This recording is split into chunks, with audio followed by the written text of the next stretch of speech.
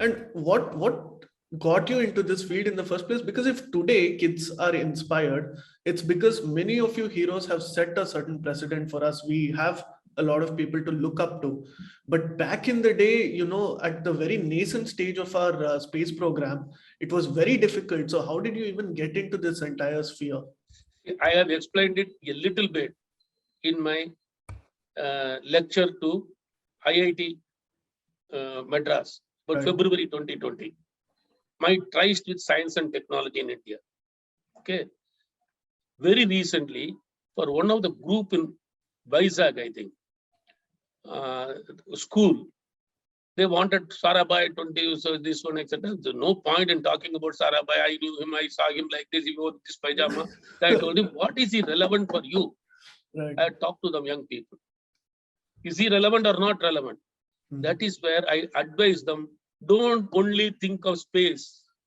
Many children, because they will see me, they'll hear Dr. Kalam, space. I said, there are so many new industries that are coming in, so many new technology. Try to think of that.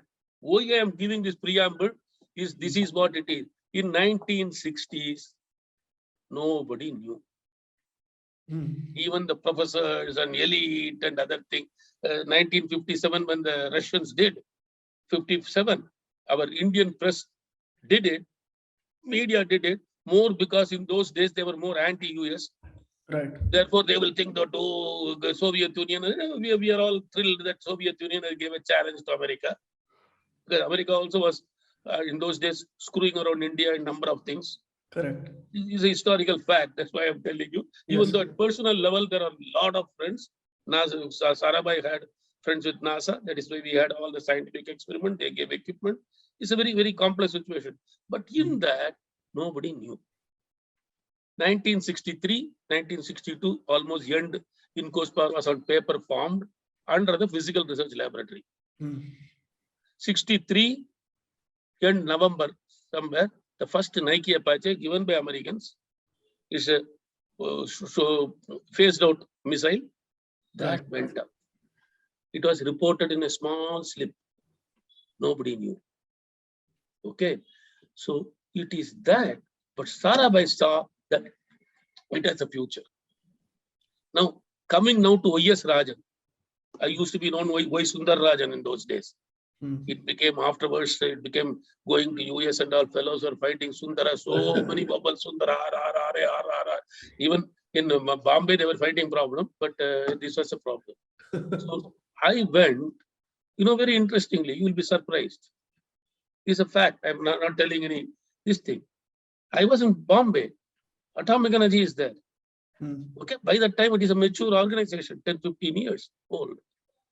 They were taking people, and that to MSc, I was taking MSc Physics, Electronics. I would have just gone in there, training school, be there. But it has already become almost 1,000, 2,000 people. Right. I used to, my brother-in-law, that is my elder sister's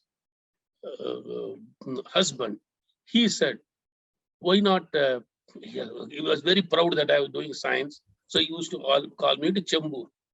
Chembur is the place which is very near the BARC, Atomic Energy. Many of these young fellows, they were all bachelors. So we will be introducing them. We will go for lunch. He was also a bachelor till he got married, but it was fixed earlier. Therefore, he will say, come. So while we're eating, those fellows say, oh, where is it? What is it you're going to do? All that. Then this much small slip was the PRL's advertisement. I showed them. Hey, it's good. Go there. Because for the first time, some person has seen something novel in this country. In those days, 250 rupees was the monthly allowance for a PhD scholar. That's a maximum fixed by UGC and all that. This man has given 300. And that only second year, 325. Third year, 350.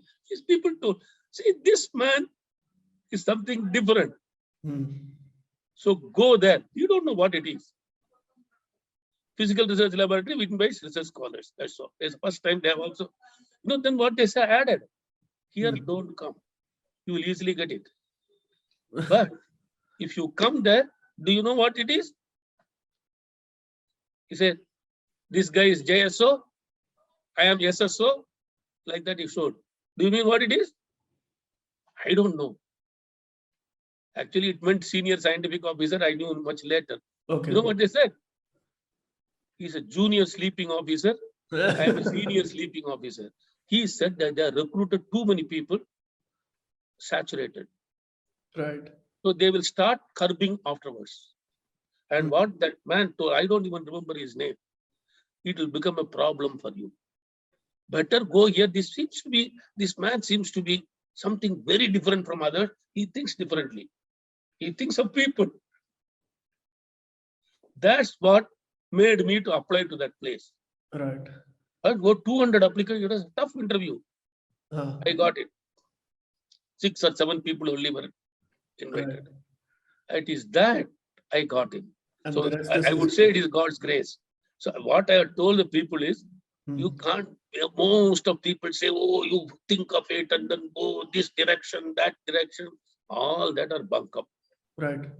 You can have something foresight what is coming. Right.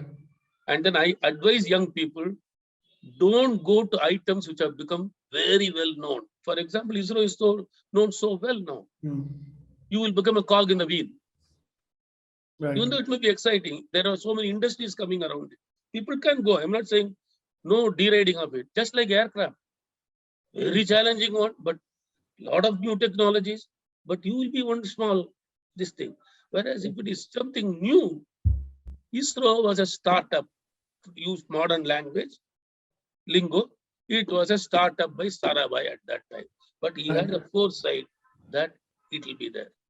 And that vision, that one to serve India, for me, that was the thing. That's when I said even politics and all, I said, how to serve the people of India. He put into our mind 600,000 villages if you want to reach by communication, TV, developmental messages. It can be done only by satellite. Right. You can't put cables and you'll require 500 towers, TV towers, connecting cables. Very costly. This one was a possibility, not proven anywhere. In fact, it was satellite instructional television was the first major experiment which broadcast to the village. Broadcasting to village is a challenge. You can't put an engineer who will be having a servo mechanism which will be looking at the antenna like that, etc. It is a chicken mesh antenna. I won't get into all the details of technical thing, why it is to be so. Because it's very simple. If you have a normal antenna big, birds will come and hit on it. Then it will create its own problem. You have to clean. Here, the mesh which is there, see, even to these details, you have to go through. It is very novel. Right. So this challenge picked me up. So that only looking at cosmic rays and all was not exciting me. Because I would have gone to a narrow channel, even though it is very good. I loved astrophysics. Eugen Parker for me is a hero. Because that book complete, I can calculate all the transcendental equations and other things. So when I heard that Eugen Parker, and fortunately he's still alive.